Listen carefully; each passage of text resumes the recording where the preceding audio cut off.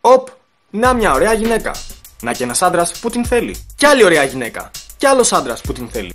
Πώς την προσεγγίζεις όμως?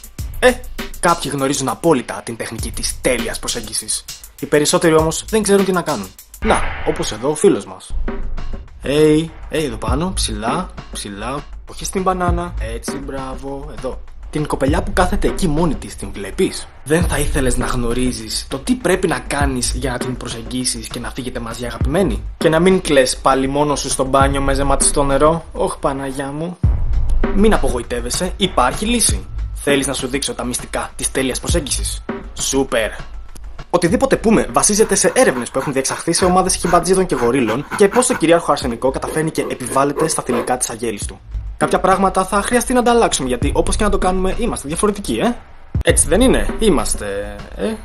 Είμαστε διαφορετικοί, Μήπως δεν... Τέλος πάντων, πάμε να ξεκινήσουμε γιατί περιμένει και η κοπέλα. Μην βιάζεσαι βρε, πριν ξεκινήσουμε να σου συστήσω τον Ροδόλφο. Ο Ροδόλφος, το κυρίαρχο και απόλυτο αρσενικό. Το άγγιγμά του μοναδικό, η άβρα του μαγική. Έχει κατακτήσει την τέχνη της τέλειας προσέγγισης και είναι εδώ για να σε κάνει πιο άντρα. Δες τον, μάθε από το τάκ του, το στυλ του και γίνε κι εσύ πιο άντρας. Οπότε, είσαι έτοιμος να ξεκινήσουμε? Είσαι έτοιμος να μάθεις όλα τα μυστικά από τον Ροδόλφο? Είσαι? Ξύπνα ρε, κοίτα, κοιμά τον μπαγάσας ρε, δες τον. Πάμε να ξεκινήσουμε. Σούπερ. Το βήμα! Το βήμα θα πρέπει να είναι σίγουρο, σταθερό και τα πόδια να έχουν μια μεγάλη απόσταση μεταξύ τους. Για να σε δούμε, μεγάλη απόσταση. Όχι, δεν θα πας με σπαγκάτο. Δοκίμασε με πολύ πιο μικρά βήματα. Για να σε δούμε. Τι είναι αυτό? Όχι σαν πιγκουίνος μωρέ. Άστο, πάμε παρακάτω. Τα χέρια! Τα χέρια θα πρέπει να είναι χαλαρά, όμως ταυτόχρονα να έχουν μια ζωτικότητα. Να λένε είμαι αρσενικό ρε παιδί μου. Για να σε δούμε. Ζωντάνια Όπα, το παράκανες. Πασάχτα πόδι. Δοκίμασε πολύ λιγότερη ζωντάνια. Ναι, για μούνια καλά είσαι. Άστο, πάμε παρακάτω.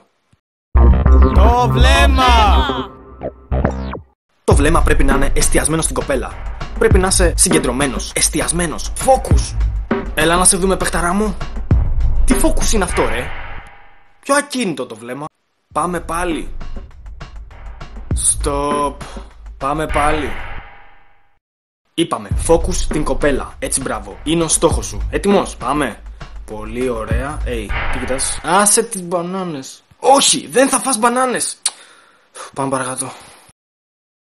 Η απόσταση! Όταν την πλησιάσεις, διατήρησε μια απόσταση για να μην εισβάλλεις στον προσωπικό της χώρο. Κοπελιά, τι λέει? Τι κάνεις? Όχι ακριβώς αυτό. Δοκίμασε λίγο μεγαλύτερη απόσταση. Κοπελιά! Εδώ είμαι! Εδώ, κοίτα! Κοπελιά! Βαλίτσα! Κοπελιά! Καμία σωτηρία. Πάμε παρακάτω. Τα πρώτα λόγια! Καλησπέρα.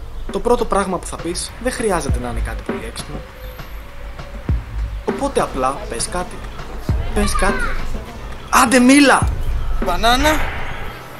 Τι μπανάνα μωρέ, τι μπανάνα?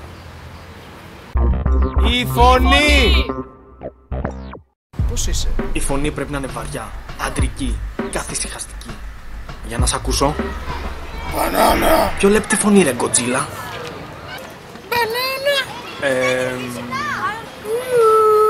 Πάμε παρακάτω. Ανακεφαλαίωση! Οπότε έχουμε...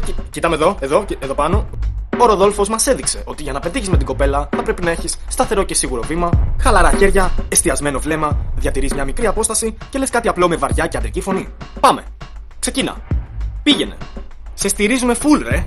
Άντε ξεκίνα να δούμε! Ωραία μάνα μου τι κάνει, τα μπλέξε όλα. Πάμε για καταστροφή, τα έχει μπλέξει. Πάμε για αποτυχία.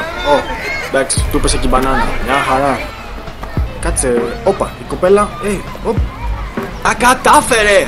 Ναι! Αυτό είναι και το πιο σημαντικό μάθημα. Να είσαι ο εαυτός σου. Όσες συμβουλές και να σου δίνουμε, ό,τι και να σου λέμε, αν είσαι πραγματικά αυτός που είσαι, πάντα θα καταφέρνεις την τέλεια προσέγγιση.